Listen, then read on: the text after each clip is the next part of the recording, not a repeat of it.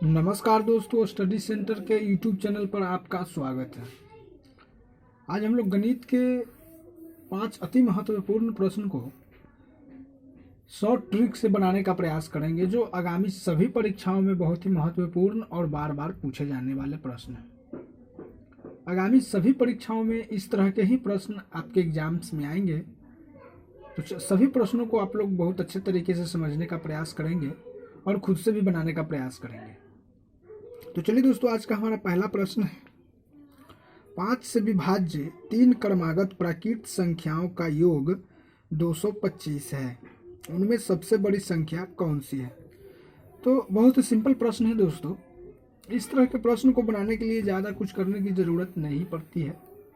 बहुत ही short trick से बना करके इसको, अगर इस तरह के एग्जाम्स में आपको प्रश्न आते हैं तो आप उसी तरह से सॉल्व कर सकते हैं। कैसे, देखिए, 5 से विभाज्य मतलब 5 से जो विभाजित हो, उन लगातार 3 प्राकृत संख्याओं का योग 225 है। ठीक है, मतलब तो 225 को पहले हम लोग दोस्तों 3 से डिवाइड करेंगे तो क्या आएगा, 3 सते 21 और 3 पचे 15 यानी 75।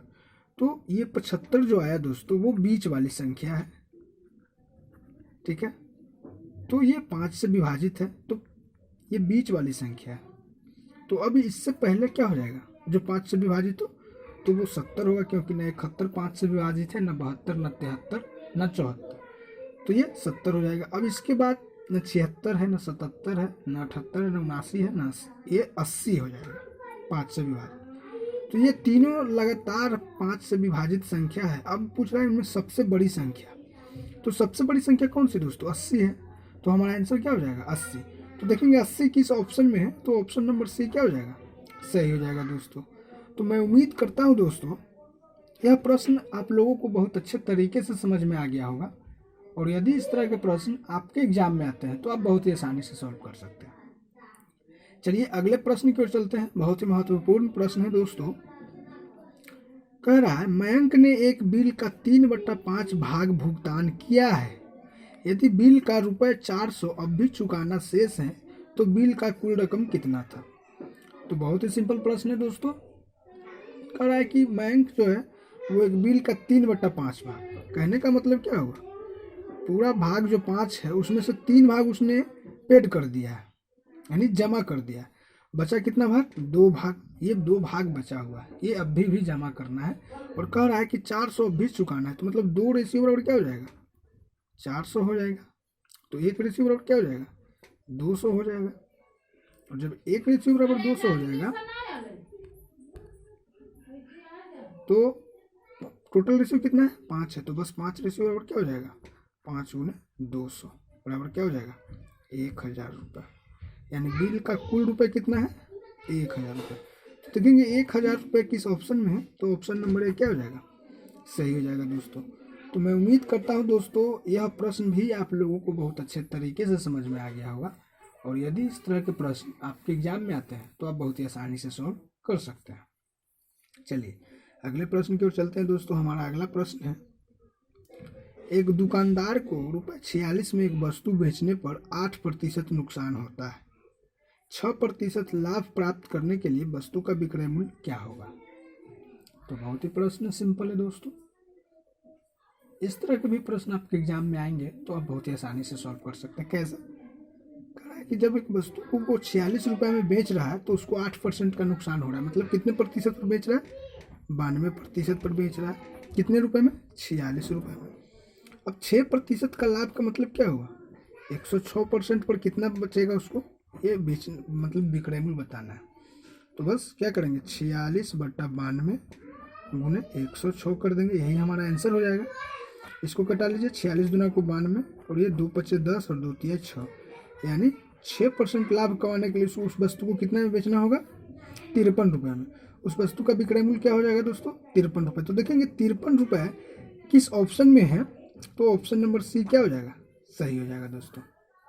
तो मैं उम्मीद करता हूं दोस्तों यह प्रश्न भी आप लोगों को बहुत अच्छे तरीके से समझ में आ गया होगा, और यदि इस तरह के प्रश्न आपके एग्जाम में आते हैं तो आप बहुत ही आसानी से सॉल्व कर सकते हैं।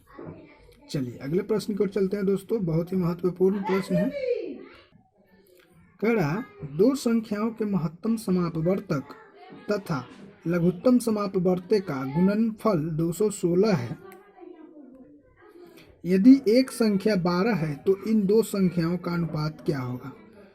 प्रश्न बहुत ही सिंपल है दोस्तों, इसके लिए भी ज़्यादा कुछ करने की ज़रूरत नहीं। जैसा कि हम लोग फॉर्मूला जानते हैं, LCM गुने HCF बराबर पहली संख्या गुने दूसरी संख्या। तो पहली संख्या तो इसमें 12 दे दिया, दूसरी संख्या हम लोग निकाल लेंगे और फिर उसका अनुपात निकाल लेंगे। बस बहुत ही सिंपल है।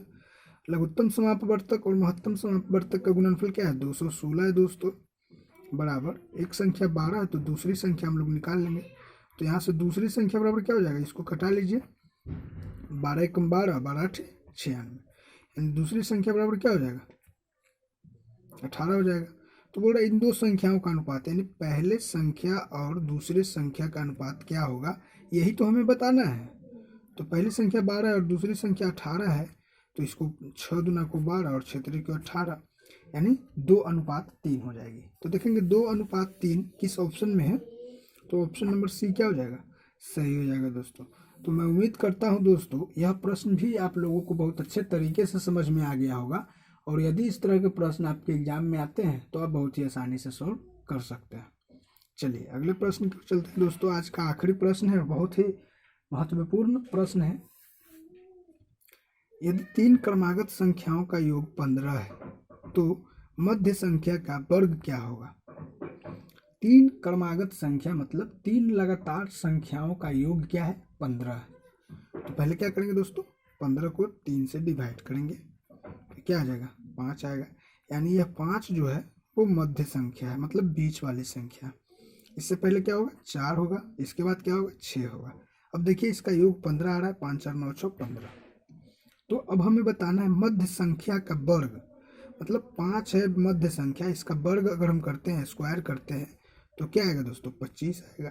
तो हमारा आंसर क्या हो जाएगा, 25 होगा। तो देखेंगे 25 किस ऑप्शन में है, तो ऑप्शन नंबर बी क्या हो जाएगा, सही हो जाएगा दोस्तों।